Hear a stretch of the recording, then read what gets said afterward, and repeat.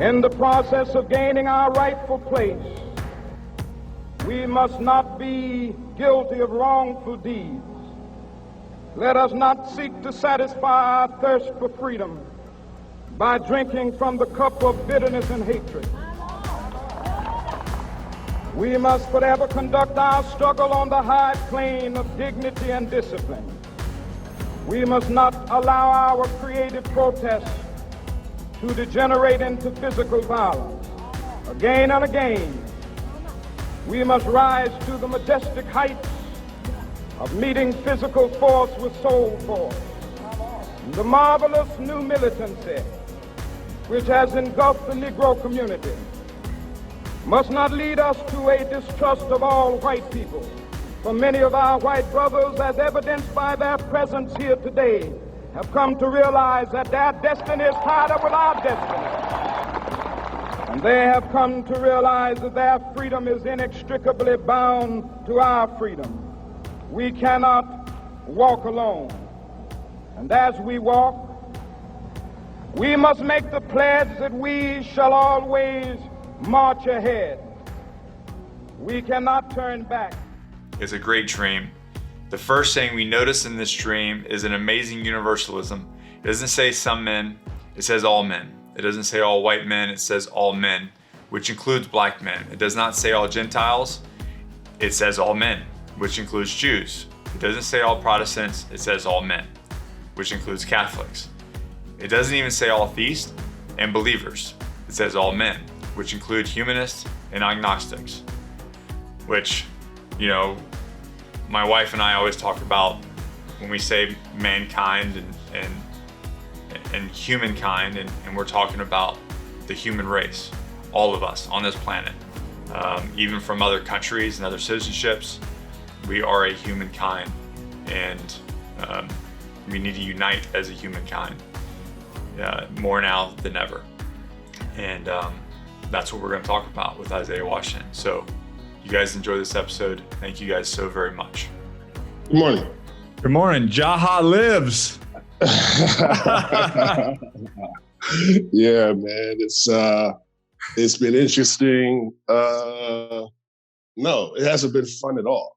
No, it has not been. It has not been fun. No, it's not interesting. It has not been fun at all. How, with where you live, first off, how are things there? Because I've been seeing some stuff, man. It's scary. It's breaking my heart. Yeah, we're still on alert.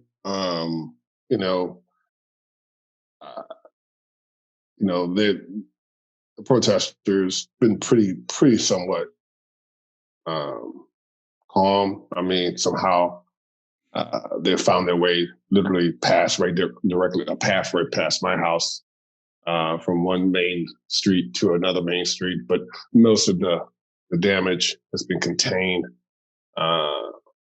between the boardwalk, Venice Beach, and Main Street, Rose Streets. It hasn't really gone past what we call a community line of demarcation called California Streets, which takes us onto Venice. Which would be problematic because you got a whole homeless village there. So those are things that could easily be set on fire, their mattresses and stuff they got out there. So I see strategically, they seem like they have some kind of preparedness in the community. But, having a surveillance airplane and helicopters flying close to deck for 6 hours it's a little unnerving, for people that just don't get it or don't understand what's going on. I guess a lot of people here in the community just turn their music up louder. But that says something different to me, because if you're starting at 7 a.m., protests are supposed to start at 8, and this doesn't shut down until about 6 p.m., that's a lot of fuel. Right. Yeah. Great point. That's not just one helicopter. That means that this is something that I haven't taken a walk to see, because I'm not looking for the damage. I'm not there. I'm not going out and taking any more pictures. When I first, saw it jumping off, I filmed some stuff because I was trying to get some things to bring back home to the family. And that, I get it. I get it. My thing is, whatever is happening, it's not my goal to leave my castle. For what? Oh, you got your family's there. Yeah, I'm like, whatever. So I just been here, just keeping it cool, man. I don't watch the news, bro. I don't watch TV, so I'm not programmed. I haven't watched it about 10 years. So I just watched my own show when I was on it, The 100. I didn't even watch it on the same night. I had to watch it online the night after. We were live tweet, but people think I only knew what I was talking about because I was in the episode. But I don't watch TV like that, bro. So we didn't write that down, but I have to ask you. I follow you, and I'm impressed of how how smart you are on the subjects and everything, and playing a character like that. How was that? Because it's the exact opposite of who you are. Like you played this totalitarian leader, which what we're seeing now in America, right? And like, how was that for you? It was always, I always like to take on characters that scare me, so to speak, that take me out of my comfort zone. Yeah. I've seen far too many times actors take the good guy roles or the bad guy roles, and there's no in between, whatever that means.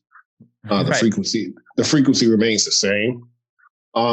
So, in order to get into the industry, there's this business model would only accept one African American at a time, be it Arsenio Hall, Eddie Murphy, Wesley Snipes, Denzel. Nothing against Denzel, but now Idris Elba. I mean, Ricky Martin until they kill it. I mean, that's the business model. They give you one guy, one girl, until you just can't take it anymore. Yeah. So I knew that I had to diversify my characters when I could. I said a lot of no's to a lot of things because I never wanted to be boxed in like Leonardo DiCaprio. We used to shoot pool together years ago, and he would always complain that, hey, they just want me because I'm a pretty face. And I was like, well, you are a pretty face, and you can't play pool either.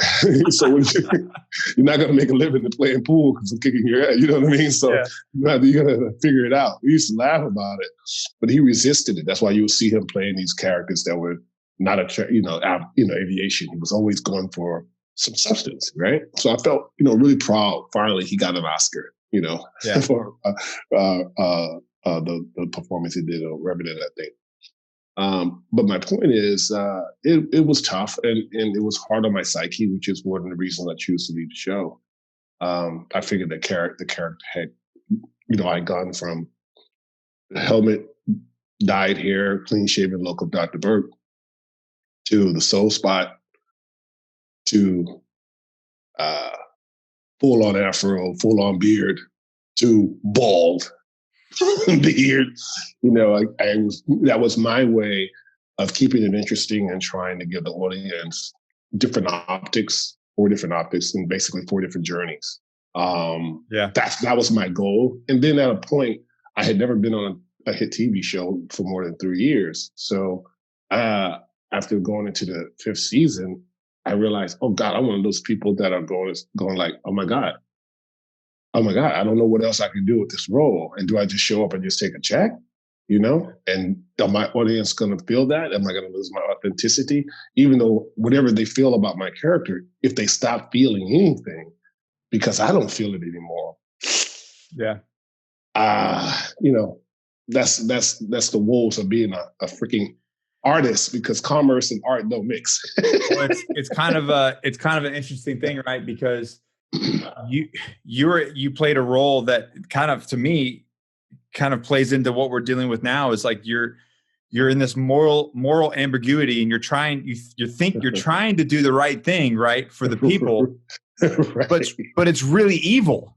It's really evil. And then at what point, does the evil outweigh the good? And it's like, at the end of the day, man, like even if people die, you have to go towards the good, and you have to do the right thing, and it was brilliant, man. It was absolutely brilliant. But I always thought, because I follow you, I'm like, man, he's got to be so conflicted doing this?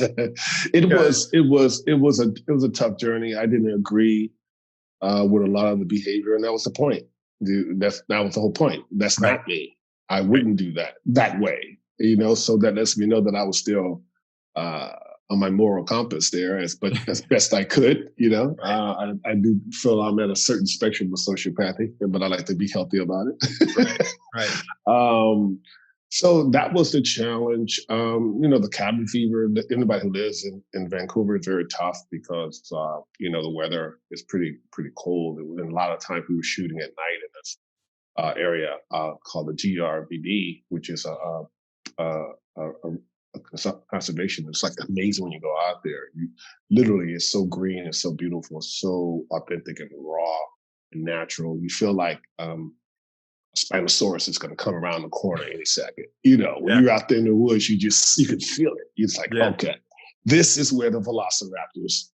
This is where it's going to happen. Yeah. This is where they held it down right here until the T-Rex showed up. And you could feel it there. And what was so amazing was our location manager had such a strong relationship with the rangers there that were keeping this place, that we were the first production allowed to shoot in that area, which was very, very powerful because the look of the show, it gave us a really interesting look of the show because subliminally, a lot of people never seen that. It wasn't a set that had been used multiple times, you know what I mean? So it felt fresh. And because of that freshness, I think a lot of people kind of picked up on that frequency as well. So to kind of get into current event stuff, we were like, you know what, with everything going on, and you watched the video of what happened to my business, and my wife and I were talking, and was like, we should reach out to him and just have a conversation. And you hit me up, but I got lost in all the message, and we were like, oh my God.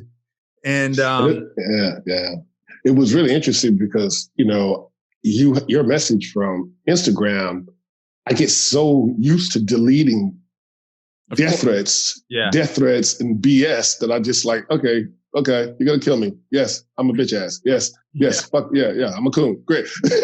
Right. From all sides, right? Like So at one point I realized, I did this. It becomes a thing. Yeah. And I don't know how we finally got back on track, but I think I went back to my block, but I didn't delete all. Yeah. In my Instagram, and I saw you there, and I think that's when we finally frequency hit. You got through, and here we are. But yeah, man, it's go ahead. So, I love the stance that you take, and how well you're educated on all these subjects, and how you've been paying attention for years. Yeah, I've been a so-called Black man for 56 years. So yeah. But I mean, as far as politics, and way things are going, and how they're shuffling the deck and what they're doing, you've been talking about this for a long time, and people are like, nah, man, nah. And it wasn't by choice. Again, I never understood or appreciated this construct where we had to be colors. And never, even at the age of 8, I've always asked questions about the Bible. I was always considered, they call me militant or rebel. And not really. It just, what are the answers here? Ask questions. I've always been, I thought my name was Sit Down, Shut Up for years as a kid. It's because that's all I heard. It's Sit Down, Shut Up. That fires me. Go watch TV. That's the way I am. Go watch TV. But I was, I'm a bibliophile, and I'm an avid reader because I had reading disabilities when I was in school. I couldn't retain the information, so I was taught that if you just continue to work that muscle, so to speak, in the brain, it would decalcify or whatever was going on. So now that's why I have a habit of reading. I read 3 books at the same time. But as I was growing up as a younger man, I ended up in the military, 18. I joined while I was during the 80s, during the Reagan. I won a debate saying Reagan, based on what I had read, we had microfiche in the libraries back then. We didn't have the internet. We had a thing called microfiche. So I did this research because I always wanted to win. I was in Texas football. So, I don't have this thing taking an L lightly. I'm a horrible loser. I'm a sore loser. I'll lose, but I'm not going to like it. I'm going to come back and figure out, like, why did I lose? Then I'm going to come back for you. You know what I mean? So I really took a position that I knew no one would be popular, the conservative Republican side, and won a debate saying that Ronald Reagan would go down as be handpicked, and go down as one of the greatest presidents in the history of the country. I did that in 1980. In 1980, my mom wanted to kick me out of the house. No one appreciated it, but I won. I didn't even know what I was doing. I just wanted to do something different. I'm the guy everybody's running away from the fire. I run towards the fire. Yeah. It's just me. The guy, you tell me to go left, I'm gonna think about it. And then I'm gonna go, why do you want me to go left? Okay. If I understand, I'll take that order. But if it doesn't feel right, I'm going right. Or I'm going somewhere else. Or I'm not gonna move. That's just in my DNA. And I sense that's where you're coming from as well. Yeah. It's like I'll be down with you 120%. If I know that's the right thing to do. But as soon as I find out that that's not the right thing to do, man, I'm gonna be your worst enemy. Right. Because I'm not going to go along to get along. And there's something for me to being in this so-called Black body, a human being, I was always pushed and pulled because of my ethnicity. And that's why I wrote a book about it and wanted to say, you know what? I need to, I'm a man from another land. I'm an aardvark here, and I know I'm not alone. But we have to get out of this ideology completely, religiosity completely. And I wrote a book about understanding the DNA. A DNA of the blueprint of story, DNA is the blueprint of all living things. Yeah. And some viruses. So when we look at humanity, there's over the centuries of humanity, certain groups of people, all ethnicities operate like a virus. It sees everything as a threat. It attacks everything that moves. It attaches itself to its host, befriends it, and then kills it. It doesn't even know that it's going to die itself. Yeah. It doesn't care. That level of intelligence really sparked my curiosity, which has also informed me as Jaha, is that if I act and look like one thing, like James Baldwin says, how can I believe what you say when I see what you do? Right. That's the kind of thing I was exploring. So with your whole stance, your background, how old you are, your father, what makes America great? Why do you love this country? It's the best country I've ever lived in. I've traveled around the world. I've been literally around the world. And it's not that it's not great because it has Kentucky Fried Chicken at Starbucks. I can tell you that. Right. It's great. It's great because it's my home. It's what I know. It's what I've suffered in. It's what I've pledged my life to die for. I will continue to do that. I'm an oath keeper, no matter what. I believe in it because I've seen so many other examples that just wasn't pleasant and pleasing to me. I didn't see people feeling as free, whether they had wealth or not. They weren't free, man. From Turkey to Rwanda, which is an amazing country. Kagame, I sat with the President Kagame and what he had to go through, what they had to endure to get their freedom. Yeah. And peace, right? And I saw still a lot of colonialism in a lot of the areas I was in, even in London. Yeah. I still felt this matriarch, this patriarchy. People didn't feel in Sweden, they didn't speak to me on the street until they got home in their privacy and offered me some glug, which was spice, and then said, "Oh, I'll give you some glug." And then it's yes, yeah, wash your good. Then all of a sudden they speak English, but it's in the privacy of their home. But on the street, in the public, everybody was muted, head down. Don't look at me, I won't look at you. And I'm in the middle of Stockholm Square, bro. Like, what's going on? And this is after I got out of the military in the 80s. So all the places that I've gone, the frequency of servitude Yeah. all ethnicities, was a thing that said to me, whatever is going on when I'm in America, I don't feel that. I can feel an idiot. I can feel negative energy. But I don't feel like collectively that I have to be on lockdown in my house under a curfew, like right now. Right. Right. Which is utter bullshit. Yeah. So that leads to my next thing. So as a Black man, a father, a husband, a son, and a community leader, what is the scariest part of what's happening in the world today? Fear. Watching people be afraid. I've always said that that's the pandemic, right? That's the pandemic. Fear. And if you can't get away from it, no matter what, you could do a dissertation on it. However you go down, whatever you're going to spout out, ultimately, you can't control or do anything or provoke or evoke anything when you're afraid. Nothing clear comes from that frequency. Nothing positive comes from that frequency. So I've always said, and I've said in interviews time and time again, I know how I am when I'm afraid. I don't like myself when I'm afraid, or in fear. It's rare, but when I get pushed to that, I get anxious, I get concerned. But to be afraid, oh man, no. And that's and we're making, that's when we start making decisions based off emotions. It's pure emotion and adrenaline, bro. Not good. I mean, it's good if you're on a particular mission. You need it. Like I said, there's no heroes in bravery. It's full on fear. Now it's near you. Whatever I got to do, blah blah blah blah blah blah blah. But after that, it's not good, bro. It's not good. It's not healthy. Well, if I look at fear, like people are in the military. Obviously, with my background in the military, you were in the military. Like you get in situations where people are like, well, you went to combat and this and that. And it's like, were you afraid? Of course, like everyone's afraid.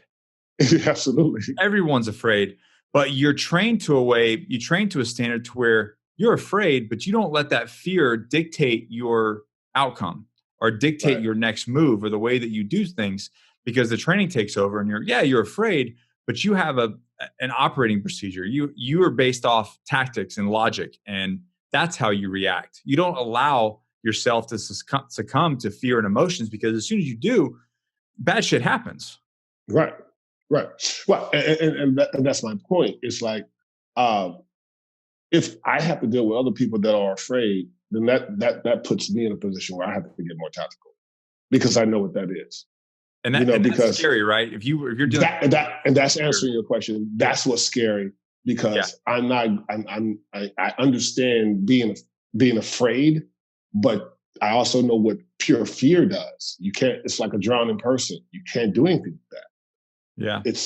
You can't, it's like a wildfire, right? You don't control that, right? That's ugly, being afraid and being in control and managing your adrenaline, that's something that you have to be trained to do, right? Yeah. But what about those that don't have those training and it's just pure raw emotion? And that's what we're seeing in the streets right now. And that's what I've taught my kids. They're pretty much lone wolves. They're pretty much been their minds. As I tell them, you're not Black, you're brown. Your skin literally is brown. And even that is not the same. We're not a monolithic people. You're a human being with a spirit. Your mother grew up on an ashram. So we've been studying Alice Coltrane, who's Turiya Sangatananda, our Hindu guru, on the ashram in Gory Hills before it burned down in one of the California fires. So we finally lost a bundir. So I've been grounded pretty much through spirituality to get me to that safe space, those place. That was my next question. Is like during these times right now, what? Because you've got two teenage sons, right? Late teens or early. One just turned 21. He's had some questions about the conflicts that's been going on, and I helped him, get through that. He's clear. These all our kids are 21, 18, 14. I've never started a fight in my life, but they know how to end it. Yeah, I've been teaching them what to do. We played a lot of Halo. So as I would tell my boys as they were young, I infected them. I'm sorry, since they were 6 years old. But they're really, really good now. He's in Full Sail University as a gamer. They're really. Are you kidding me? Yeah, he's at Full Sail University. I'm about to graduate with my master's from Full Sail. Yeah. He's right now kicking it, beating it up right now with Full Sail. Yeah. Awesome. Yeah. What a great. Yeah. My wife graduated there. That's how I got into it. But here we go. Here we are. Yeah. So it's frequencies, like-mindedness. We find each other, like DNA, like Mercury. Yep. We find each other and we build, right? But he's there, and I'm teaching him. I've put him to sleep. You know, like if you get into something, just how you get out of it. And I said, he was playing around. And I said, well, you get between my femurs, you're not getting out of it. If you get your head in there, it's good night. So I put him. He woke up. He was like, Dad, what happened? I'm like, you were asleep for a little while. So he understands that, but I wasn't doing it to dominate him. I was doing him so he could understand that what is it that you said or did that put you in that situation? How did you de-escalate that situation? I've already told them how if there's someone's going to hurt you, there's nothing you can do about it. They're not going to let you grab your phone. Don't go in your pocket for the phone. Don't try to call me. And God forbid, if they're crazy, don't say my name because that's going to piss them off. I was just really having conversations with them as they got older. And I would always say, even today, our conversations are going to, as you get older, our conversations are going to, and they would say, okay, Dad, change. I will only give them enough information that will peel off a little bit more of their humanity, of their innocence when it was appropriate. Right. I read storybooks. They had great childhoods. But when they would come home and tell me certain things about how certain people were treating them, and now they're coming to their consciousness and, oh, your hair is different. Oh, your locks are different. You're different. Like, kids, we develop and we see more because we are infected and corrupted more. But what I really told them about, neither what they were as kids playing gaming and competition, and they would hear the things and like, wow, that was not nice. People tend to have more courage when they're anonymous. So don't take it personally. People tend to be more truthful when they can hide. Don't be one of those people, Understand where they're coming from. Understand that that's probably a weakness and a fear in their minds. So they are empowering themselves because they're anonymous. Don't, understand that whatever they're saying, don't take it inside. And I always tell them, never about, racial epithets or people. I would say, be aware of the brutes. Watch out for the flood. Know the difference between the flood and the brutes. Yeah. And that's how I communicated with them as they grew older. I never said, watch out for police, watch out for white people, watch out for this, I said, always be prepared for the brutes. Know the difference between the brutes, the elites, and the flood. Yeah. So in terms of them thinking it through, they will go, oh, wow. The elites are pretty cool because if I play as an elite on Halo, then I'm pretty cool. I'm an alien, right? But it's both, right? You can be both. So that is how I've raised them, and they get it now. So when they pick up certain frequencies and energies, they're not stuck in this racial construct. They hit it by people. Yeah. So you've taught them over the years, and I have to have some similar conversations with my daughters. You've taught them over the years to see through what's happening and not take it for. Always, I grew up watching, Star Trek. Yeah. Spock was my favorite character because the pointy ears, he just looked weird. I'm weirdo. He was just my guy. I like, Captain Kirk, who actually followed the 100 because he was like, yes, we got a black doctor, Captain Kirk. He was so fired up about it. Imagine me, man. William Shatner is following me on Twitter, rooting for me. Right. And then my crazy ass creator decides to put me on Earth to make me the bad guy. Like that pissed me off, and William Shatner, but anyway, that was the job. But yeah, man, it's always like I've played 3 levels of chess. Right. I've taught them, don't just look at things at one level. There's always more to it. Think it through. My son should have been in Japan this 2020 because he won state as an archer in 9th grade. Had one of the biggest Olympian coaches that I was taking him out to San Diego to train in archery. And I don't know if you're in archery, but it's tough. That's not an easy sport. And my other son is in the kendo. So, but these are sports where you're not necessarily a team, the individual guys. So that's why I call them lone wolves. They play soccer, but they seem to be operate better as I call them my snipers. You know what I mean? They seem to work better alone. You know, it's needed for Overwatch. They're not a assault team kind of guys. You know what I mean? They're just not. Because the way they think and who they are, they're very sensitive. And do we get into race? Yes. Have we gotten into race conversation? Yes. We find it boring. It's important, but it's boring. I'm tired of talking about it, tired of talking about racism. Even the definition of racism today is not the definition of racism that I grew up in. No, as calling Black people racist is inaccurate. It could be bigoted, it could be prejudiced, it could be biased, but the true definition that's been changed by Google, racism, is one group dominating another group economically and preventing that group from competing. That's the form of racism. But now you got everybody going, you're racist. No, you're racist. I'm like, oh, God. It's like when I watch your video, here is a bill is. Yeah. I was like, it's retarded to me, but whatever. It's like what we have to go back to get people to understand, right? It's like, that's how, unfortunately, that's where we're at. We've got to go back to so much basics to get people to understand, like what is what in the world and how things work. And that's what makes you a conservative, an old head, a threat to this nation, is that you actually want to have some freaking boundaries. Right. How dare you? How dare you want people to respect rules, regulations, and boundaries? How dare you? How dare you, Nick? Yeah. And that was the reason why, everybody was saying that to me, and I was getting those comments, and I know you shared some with me offline, and I was just like, just blown away, just absolutely blown away by people's ignorance.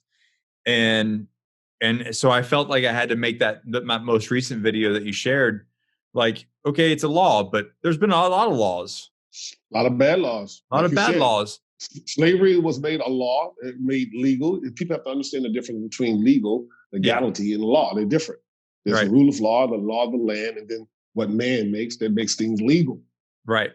A lot of people don't understand civics. They don't understand what is going on in our governing bodies. A lot of people don't even know the three different branches. A lot of people don't even know anything about the Act of 1871 that the United States of America is also incorporated. It has been incorporated since 1871. And if you have capital letters on your driver's license or a security number, or like you and I, a GI, when I wanted to get married, when I was in the military, the guy, I said I wanted time off, and not work this weekend. And the guy looked at me and says, you're an airman. I'm like, that's correct. He said, do you know what that means? And I said, no, Sergeant, what does that mean? He said, it means I own you. And I said, excuse me? He says, bro, you're airman, you're government issue. And if the military wanted to issue you a wife, wanted you to have a fucking wife, we would have issued you one. Now, he was joking with me. He was breaking my balls, but he was serious. But it's the truth. It's the truth. Yeah. Once you're in the service, like liberty, they call it liberty because it's they're giving you the liberty to time off. You don't have to go. You don't have to have time off. You can be here 24/7. So the military, I realized by definition, is a communist regime. It's pure totalitarianism. You don't get a choice. You go do what you're told. And this is the reason why guys like you and I, when we get out, we're like, well, guess what? It's time to exercise our constitutional rights and be free because we've served. And now I want to be on the other side of that. Right. As you get older, you get more, I realize you got to get more conservative. These kids are 20 years old. If they survive, they'll be the staunchest conservatives in about 30 years. Right. We'll live to see it and go, that guy he just got arrested. His felony was expunged for being an anarchist in 2020. And you remember that guy, Nick? You Nick is like, yeah, I say I do. He's running for president. So yeah. With all this going on, racism versus Antifa, what are the two different fights and why is the media trying to make this blue versus red? Like they're just dividing us. All toxic narratives. Racism doesn't exist. It's class. Racism has been dead since 19. Killed it with Martin Luther King, and in my opinion, racism in terms of extreme racism, where you're holding people back like me. Okay, that died in '68, and then was actively controlled in 1972 during the Nixon administration by furthering the New Deal of FDR and creating the welfare state, specifically for these group of people that some people considered still had the bias and the bigotry of thinking they were less than desirable. Yeah. And those in power said, we're going to give them this and keep them over there, sequester them, or put a perimeter on them and keep them there. Well, that's like no different than the caste system based on light skin, dark skin, whatever in India. It's basically operating like a caste system. Right. Racism to me it's not the same. You're talking about bigotry, prejudice, but bias is the new enemy to me. And no one's talking about it. We all have our biases. Some of our biases can save your life. But some biases we can seek and kill as well. So bias is the thing, the ugly word, the elephant in the room that no one wants to talk about. I'm tired of hearing about racism. The definition has been, corrupted. In terms of Antifa, they are offshoot of, I think, of a light white so-called, that call themselves white liberals who were raised in the South by probably, very corrupted and men and women at their time that were very biased and bigoted. And now they have fled to New York or fled as artists to California and have that guilt to decide that, that's fascist. But what they're really saying is, my racist, father in the backwoods beat me because I was gay. And I see a lot of that behavior of looking for freedom through creativity. That's why I look at Hollywood. Why are these people so to the left? It's because they've been abused by fascist behavior 20, 30, 40 years ago. But that has nothing to do with us today. That's a trauma. That's what I don't understand. Yeah, you're stuck. You're stuck. On a past memory that doesn't exist anymore. And not only that, you're profiting from it. Yeah. And you're working with this. It's like I see all these people like up in arms and pissed off, and I'm like, you're upset about what? We live in a country that an immigrant can come here and become legal. Like I did a podcast with Bedros, who at 6 years old came from his father was part of the Communist Party. They immigrated here. They immigrated here, and he is like, America's the greatest country because you can come here with nothing. You can be born here with nothing and build everything. That's right. Doesn't matter your skin color, what country you came from, what social class you came from. If you're willing to put in the work, which you can be successful, which tells me that there is no obstruction of anything, of race, of class. So you are free. That's right. If you choose to be. If you choose to be. Now, are there obstacles? Are there bad people out there making bad decisions? Absolutely. But that's called life, guys. Right. That's not racism. That's hard life. Life is hard. It's life, dude. Yeah. If you want things to be easy, just lay down and die, bro. People think get it twisted. Dying is not hard. Fighting to live is. I said that as Jaha. Yeah. And I meant that line. You know what I mean? Don't you know that, to live is a fight? It is. Dying is easy. People do it every day. We're going to have to do it. It's not that hard. I've seen many people die right in front of me. My mom, it's really interesting. It's like 1 minute here and then boom. Kind of, that shell is a pincushion. There's nothing there. And I've experienced that too much myself, and that's why I'm probably a little bit more, as I've gotten older, I've definitely gotten more emotional. Yeah. And things affect me a lot more, and it's because it is so very, very fragile. And I think that, final. And young people just don't fully comprehend all these people that are like, oh, we're going to go burn and fight and this and that. And I'm like, no, you don't want that. No, man. You don't want that. You don't want that. They don't want that. They don't know. They don't know. They don't know, bro. Yeah. And here's the thing, Nick. We're not gods. We can't control human beings. We can't control. What we can do is inform. Like now, we can have a conversation like this. That's what my show is about. Isaiah Washington, kitchen talk where I just have a conversation with people that I agree with or don't agree with. Yeah. Over some food, it pops up. I moved the date up. We moved the date up from June 22nd to June 15th on Fox Station. Everybody's excited about it. All next week, I'll start probably doing more promotion for it to let people know what's coming. And then my podcast, Isaiah Washington Speaks Again, is where I'm telling the story of all the mistakes I made and explaining why. See, what people are not asking is why is George Soros who he is? If you can figure out any company, if you don't know why your company exists, you're going to fail. Yeah. No one is trying to figure out the why. They got the what is happening, but they don't know why it's happening. Right. Which is the most important question. And that's where we are. Once you get hip to the why, then you're not going to get duped on the what. I like that. I think that's kind of cool. Can I say that again? Yeah. I'll cut that out. I'll post that right there. So, no, but that's my thing. Go ahead. So this is like second to last one. Throughout the history, societies have created and used young fatherless men to benefit their agendas. What's the most significant role, which you've done a good job at? What's the most significant role male leaders can play in the lives of young, angry fatherless? How do we combat this? I had the demons. I thought I had a mother issue. I was making a lot of bad decisions. I talk about it in the podcast. I got in a lot of trouble. Did a lot of crazy things in the military. Got away with a lot of negative things because I was angry. And I thought I was angry at my mother because I blamed her for my father leaving, but he was abusive. So the demons of having a fatherless son, being Black, African American, whatever, in this country, is definitely a volatile situation. And the reason is, it's like one of those 7 mountains. You destroy the family, you destroy the religion, you destroy the economy, you destroy all these different things. The family is the first lesson.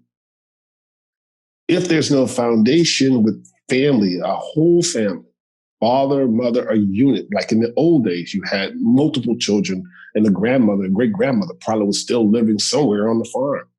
Right. Or as a sharecropper, Family is key. Once the family was destroyed, particularly in the 70s with this New Deal, and Black people were duped into thinking that welfare was the way to go. Because I've been working for years. I was a slave. I don't want to work anymore. Give me my reparations. That's duped control. into that. It was really control created a welfare state. So there is no democracy and freedom in that because you're being controlled. I think now we're looking at a generation of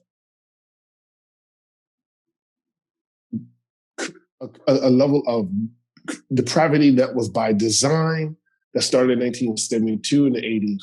We had the whole crack epidemic. No one cared. Everybody didn't care about it. Everybody cares about the opioid. Why? Because maybe there's more white people. Well, you're going to care more about it because there's more so-called white people in America. Now, what we're looking at is all those disappointments that comes out of bigotry, neglect, depravity, or just evil, we call it that. And we're looking at a culmination of infiltration of negative frequencies through music, through food, broken families, bad choices, and then freedom for most people that probably look like me have succumbed to thinking luxuries, consumerism, and luxuries, like a big fucking screen TV. I will kill you in the street if you don't let me take this TV, which is the very opiate that has you messed up doing what you're doing and programmed to do what you do. So what we're looking at is an incredible psyop that is actually working. And like any virus or any plan, eventually you have to watch it, play out and die out. It's unfortunate, but that's what you have to do. Or you can engage, but when you engage, then you're a combatant, right? And so, then, like I said, escalation. Where does it stop? Right. It just historically humans we've read about warfare. What happens when we run out of words, right? We're no longer talking. We're fighting, right? But now with social media, at least you can get it out. You can fight with words until somebody blocks somebody, or at least you may not be comfortable with people. You get put in Twitter jail, but I rather see people threaten and do a whole bunch of, chest beating on social media, get the words out, which can be damaging and hurtful in your career. But at least you're not in actually what we're seeing now, right? They're in the streets. And because of these toxic words, it's pushing this thing called racism, which there is bigotry and bias, okay, and prejudice, but making this thing called racism sexy, making it a thing to fight, and it doesn't exist, bro. It's not real. It hasn't been okay in a long time. So it's like, it's not bigotry, bias, prejudice, prejudicial treatment in anywhere in the world.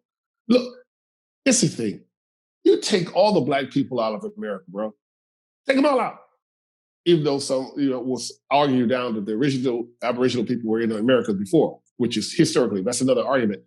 Take all the people out that are not the same ethnicity as another. You will still have balkanization. Absolutely. Human beings will find a reason to kill each other. We've seen it historically. Look at the Catholics and the Protestants in Ireland. A bunch of black people there. So were they racist?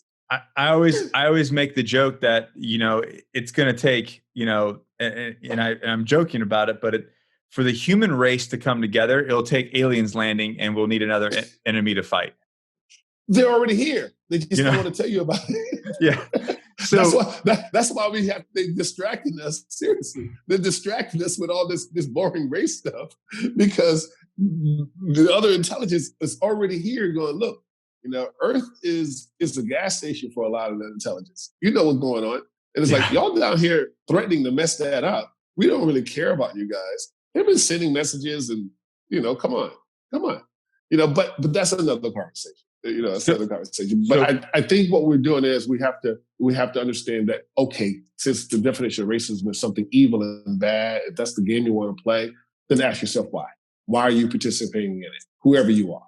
Why are you being racist? Stop it. So if everybody has to be stay-home order, wear a mask, then all the racist people, the racist behavior, if it's needed, if you stop being racist. How about that?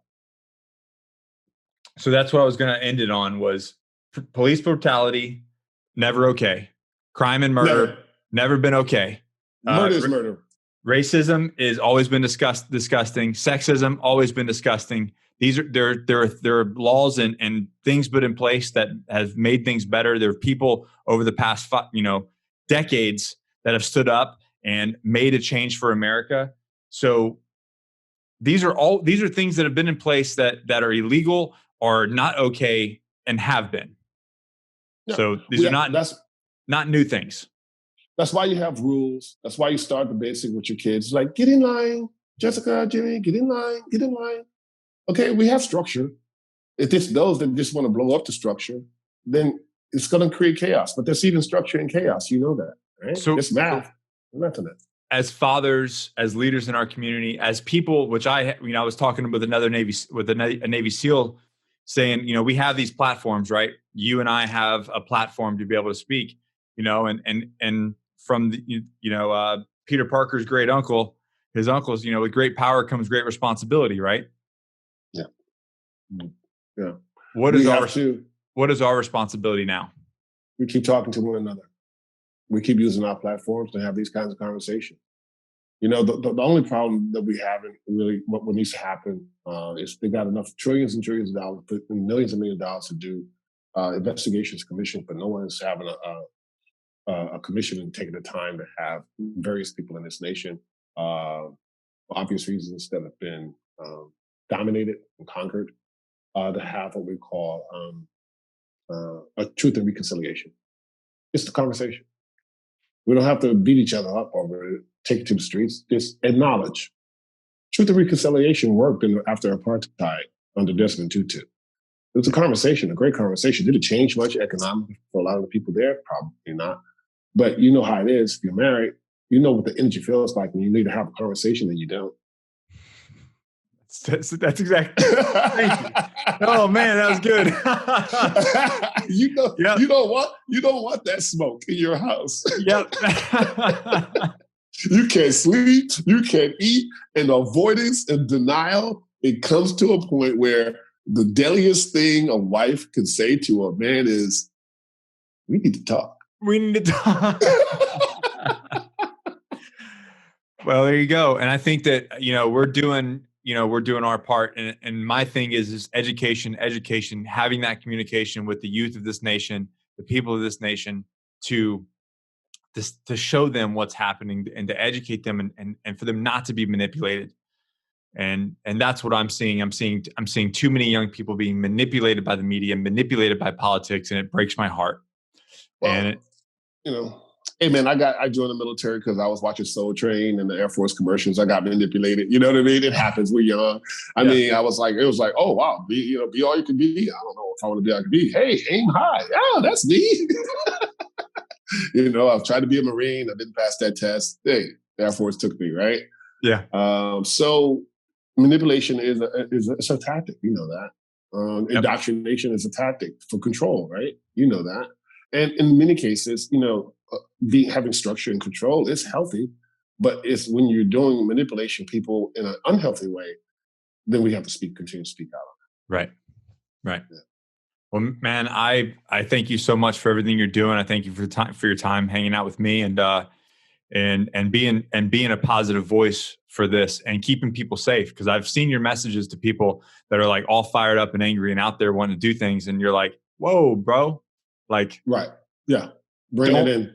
Don't allow them to, make you a statistic. There's a better way to do things. And I truly appreciate that. We need more. Yeah. We need more of that. Yeah. And also I always say, don't confuse this, if you want to deal with this construct, white fragility, white guilt, with doing the right thing. Sometimes, feeling guilty is a negative as well. I have no use for your guilt, man. Anyone. That's not helpful. Stop with the guilt. It's not personal. Let's look at what is happening here. Because if you're doing something for me because you're feeling guilty, that's not helpful. It's another form of manipulation, right? It's another form of manipulation, which is what is happening with this so-called white fragility and white guilt. Is what's happening with progressivism and liberalism that's been hijacked. I was a liberal. It was a good thing 25 years ago. And progressive, I went to Green Party. Now, as things become so, again, no boundaries, and you got all this fragility and this guilt coming into play, and they don't tell me what to do. This is the right way or the right way. Well, how can we live like that if my neighbor keeps cutting my yard and I don't want you to? Right. Cutting my yard is a good idea, but I'm not dead. It's my yard. So let's have a conversation. Ask me. Let's come to the table and hey, dude, you gonna cut my yard this Saturday? Because what happens? If I get used to you cutting my yard without my permission, and then you stop cutting it, I don't know how to cut my yard anymore. Right. Okay, I can go on for all day, man. Get me off here. Dude, I appreciate you so much, man. Yeah. And we'll keep talking. And I think that what we can do whenever feel comfortable, I'd like to do lives on my Instagram. Yeah. I think those are very effective to introduce you to my fan base all over the world. So let's start thinking about, now that we are connected on Instagram, let's keep talking, bro. And because a lot of people are audio files now, video files. Yeah. And if they hear you and I talking, they'll get it, they'll pick it up, and they'll respect it. It'll change perception. Yeah. If they don't, we just go goon on them and lock them and make them. No. That's a joke. Cut that out. Cut that out. All right, man. I appreciate it. Stay safe over there, man. You and your family. You too. Keep doing what you're doing. Stay focused. Don't let them pull you off your square. Okay, I see that. What's going on? He's a little guy. He's short, so he's a little Napoleon. So you know what you're dealing with. I appreciate it. Take it easy. All right, be steady. Stay frosty. Bye-bye. All right, bye. Hey guys, I want to thank you for watching this. This kind of information needs to be shared. And the only way people are going to hear it is if you share it. So share this episode, do a screenshot of you listening to it. If you're watching it, share it. If you're listening to it on the podcast, then screenshot it, tag me, tag Isaiah, we'll share it. And let's get a positive message out there for everybody that's dealing with this and the leaders of our community. Because those leaders that want to lead, they are leaders that it's time to step up and let your voice be heard. So maybe this episode might motivate someone to do just that. So screenshot it, tag me, tag Isaiah, and we'll get it shared. Thank you guys so much.